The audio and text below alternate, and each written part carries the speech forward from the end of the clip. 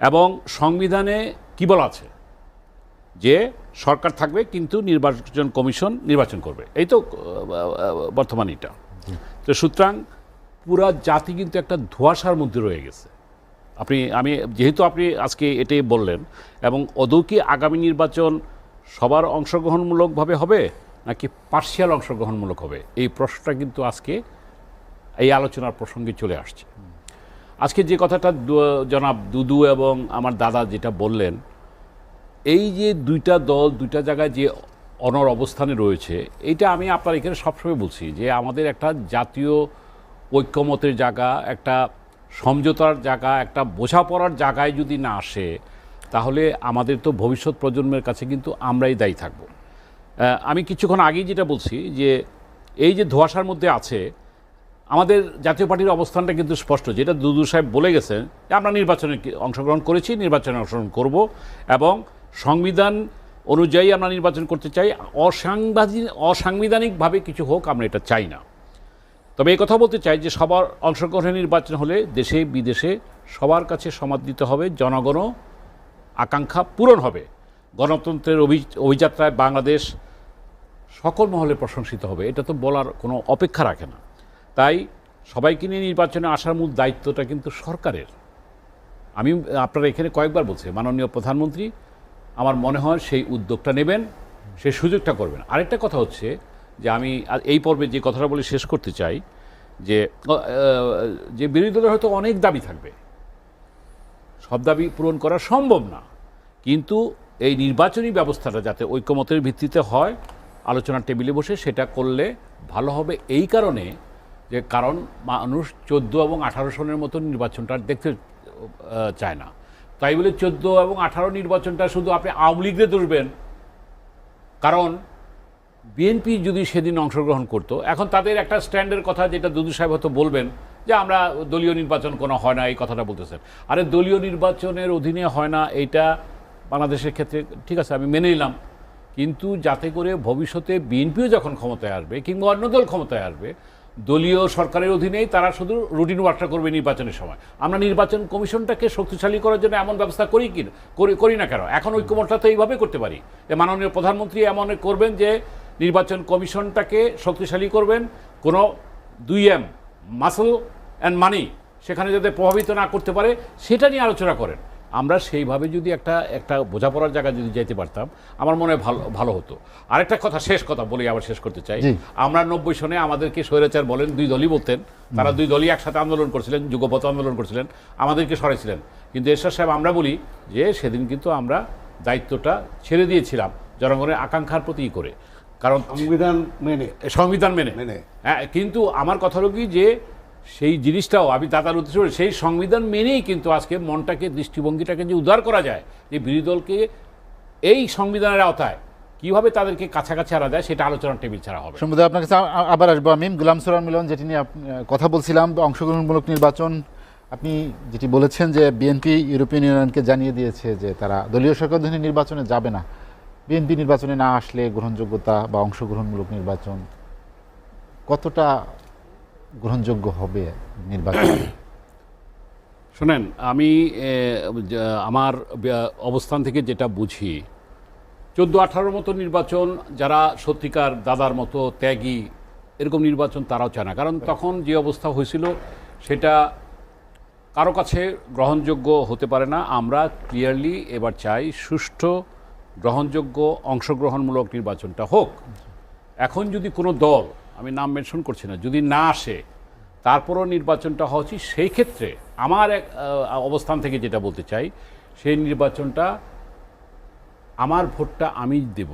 অর্থাৎ ধরেন উনি আওয়ামী লীগ করেন, উনি আওয়ামী লীগের নমিনেশন কোনো কারণে পেলেন না, কথার কথা, কিন্তু উনি যাতে নির্বাচন করে আসতে পারেন, আওয়ামী লীগের নমিনেশন বাণিজ্যের কারণে এক্স পেল, কিংবা আমার জায়গায় আজকে আমি আমার দল থেকে নমিনেশন চাই, এখন আমার জায়গায় যদি আমি না পাই, তাহলে যদি আমি নির্বাচন করতে চাই, তাহলে সেই ভোটটা যাতে জনগণ দিতে পারে, অর্থাৎ ভালো লোকরা যাতে নির্বাচিত হয়ে আসতে পারে, এইটা হওয়াটা দরকার। তাহলে একটা নির্বাচনটা এটা অনেকটা অংশগ্রহণমূলক হবে জনগণের। আর 2 নম্বর কথা হচ্ছে যে আজকে আমরা যে এই যে দোষারোপের যে রাজনীতি এটাকে পরিহার করতে হবে। আর আমার মনে হয় যে আজকে আওয়ামী লীগ বিএনপির 2 জন নেতা আছেন, বড় বড় নেতা, তারা যদি একটা প্রতিজ্ঞা করেন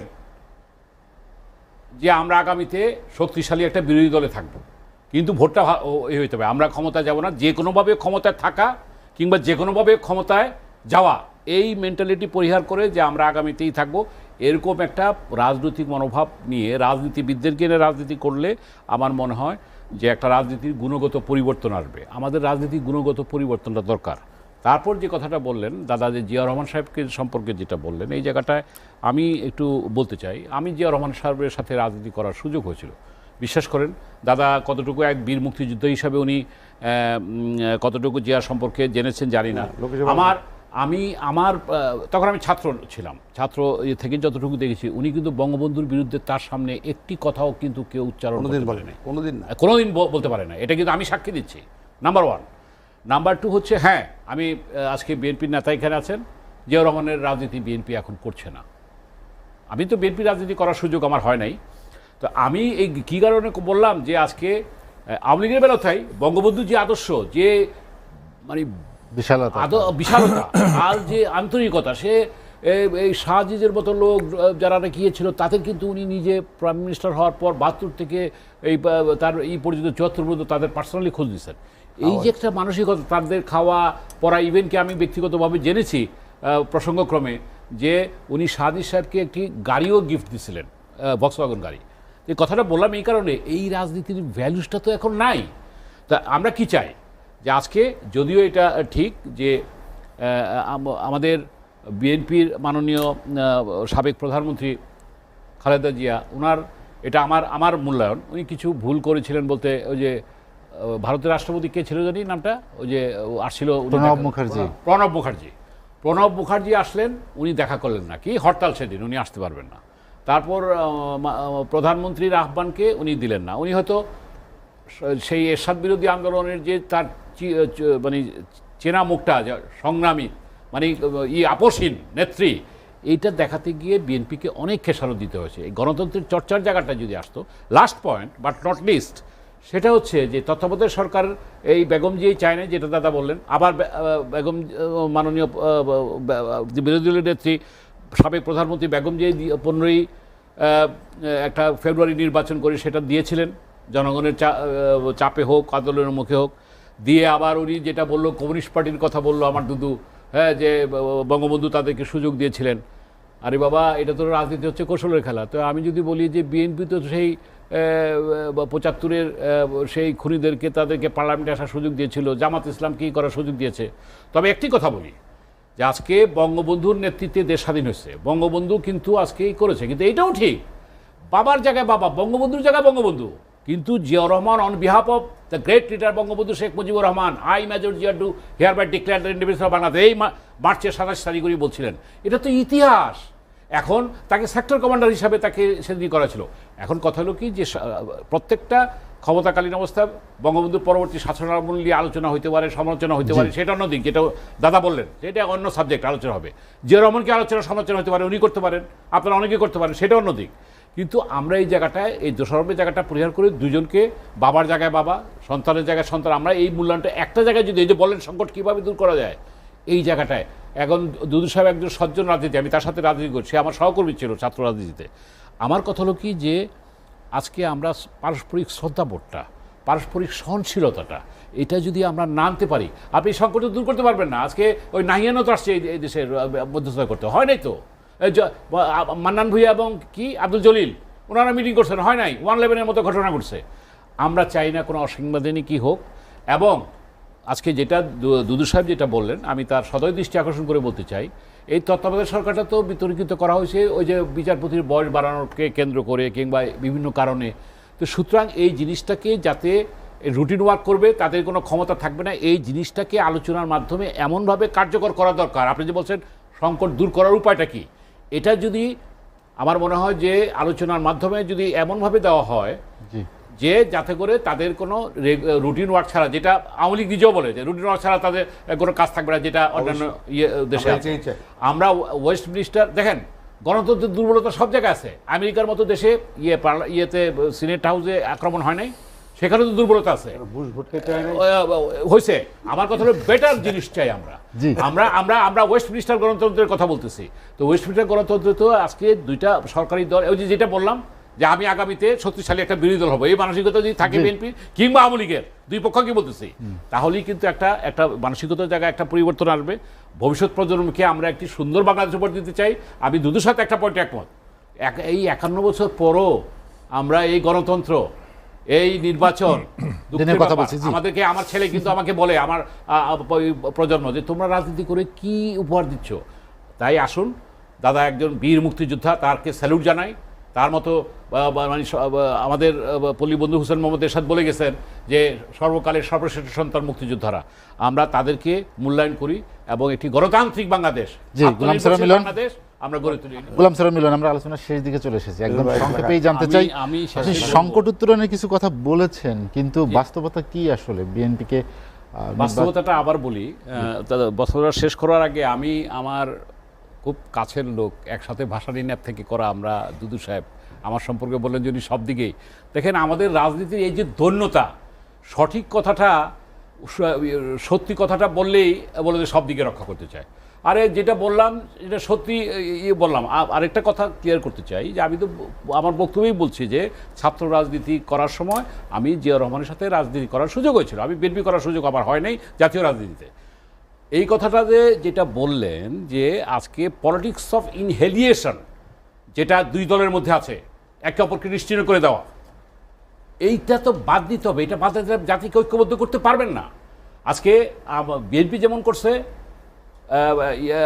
সময় জিয়া রহমানের পরবর্তী 91 পরবর্তী যে ঘটনাগুলি, আওয়ামী লীগও আজকে ফিজিক্যালি না হোক বেগম জিয়াকে সরাতে চাচ্ছে। এই জিনিসটাকে আজকে আমরা চাই যে দুই নেত্রী শতায়ী হোক। ওই যে এখন দুদু সাহেবকে বলতে দিলে উনি বলবে যে উনি সব দিকেই কথা বলেন। ভাই আমি তো সমঝোতার কথা বলতেছি, আমি ঐক্যের কথা বলতেছি, আমি জাতির কথা বলতেছি। শুনেন একটা কথা বলি, এই ইরান আর কি বলে সৌদি আরব কি অবস্থা, তারা চীনের মধ্যস্থতা, তারা আজকে ঐক্যবদ্ধ, তারা একটা সমঝোতা আসে নাই। আজকে আপনাকে তো বুঝতে হবে আমাদের ইনোভেটিভ পলিটিক্সটা করতে হবে, আমাদের সামনের দিকে এগুলোর পলিটিক্স করতে হবে। শেষ কথা হলো এই যে আমরা বিজনেস সামিট হচ্ছে, মাননীয় প্রধানমন্ত্রী উদ্বোধন করছেন, আমি সেখানে ছিলাম। এই যে $1 ট্রিলিয়ন স্বপ্ন, $100 বিলিয়ন স্বপ্ন আগামী আমরা কয়েক বছরে 2040-এর মধ্যে দেখাতে চাই। এটা বলবেন যে এটা আপনার স্বপ্ন, হ্যাঁ স্বপ্ন তো প্রথম দেখাতে হবে। এবং আমরা 2037-এর মধ্যে আমরা 27তম অর্থনৈতিক শক্তিসম্পন্ন দেশ হতে পারি। আমি এক্সপোর্টের সাথে জড়িত, কথাটা এই কারণে টানলাম, দেশের যে অর্থনৈতিক অবস্থা বিবেচনায় এনে আমরা দেশটাকে আগাতে চাই, গণতন্ত্রকে প্রতিষ্ঠিত করতে চাই। এবং আজকে যে যাই বলেন, এই যে মানুষ যে টানাটানির খেলায় মানুষ কিন্তু আজকে সুখে নাই। কেন সুখে নাই? দ্রব্যমূল্যের জাতাকলে তারা অতিষ্ঠ। আজকে নতুন করে আজকে বিদ্যুৎ, গ্যাস, জ্বালানির মূল্য বৃদ্ধি পাচ্ছে। সুতরাং যদিও মন্ত্রীরা বলছে নতুন করে আগামী রমজানের দাম বাড়বে না, কিন্তু তাতেও মানুষ কিন্তু ভরসা পাচ্ছে না। তাহলে এই কথাগুলি চিন্তা করে আমরা আসেন, আমরা মানুষকে বাঁচাই, দ্রব্যমূল্যকে নিয়ন্ত্রণে রাখি, আগামী নির্বাচনটাকে যাতে মানে উনি দুদু সাহেব বললেন, দাদাও বললেন যে হ্যাঁ দুদু বললো যে নির্বাচন হবে তত্ত্বাবধায়ক সরকারের অধীনে, কিংবা এটা যার যার অবস্থান সে বলতেই পারে, এখানে আমার কোনোই নেই। কিন্তু আমরা চাই যে আজকে বিএনপি যদি মনে করে যে আওয়ামী লীগের মতো একটা শক্তিকে বাদ দিয়ে তারা ইলেকশন করবে, কিংবা আওয়ামী লীগ যদি মনে করে যে বিএনপির মতো শক্তিকে বাদ দিয়েই করে, তাহলে কিন্তু কোনোটাই সঠিক হবে না। তবে লাস্ট কথা, আমরা যারা জাতীয় পার্টি করি আমাদেরকে যেভাবে বলেন, আমরা সংবিধানের পক্ষে, গণতন্ত্রের পক্ষে, নির্বাচনের পক্ষে, আমরা সুষ্ঠু নির্বাচন চাই। গোলাম সরোয়ার মিলন, আপনাকে অসংখ্য ধন্যবাদ।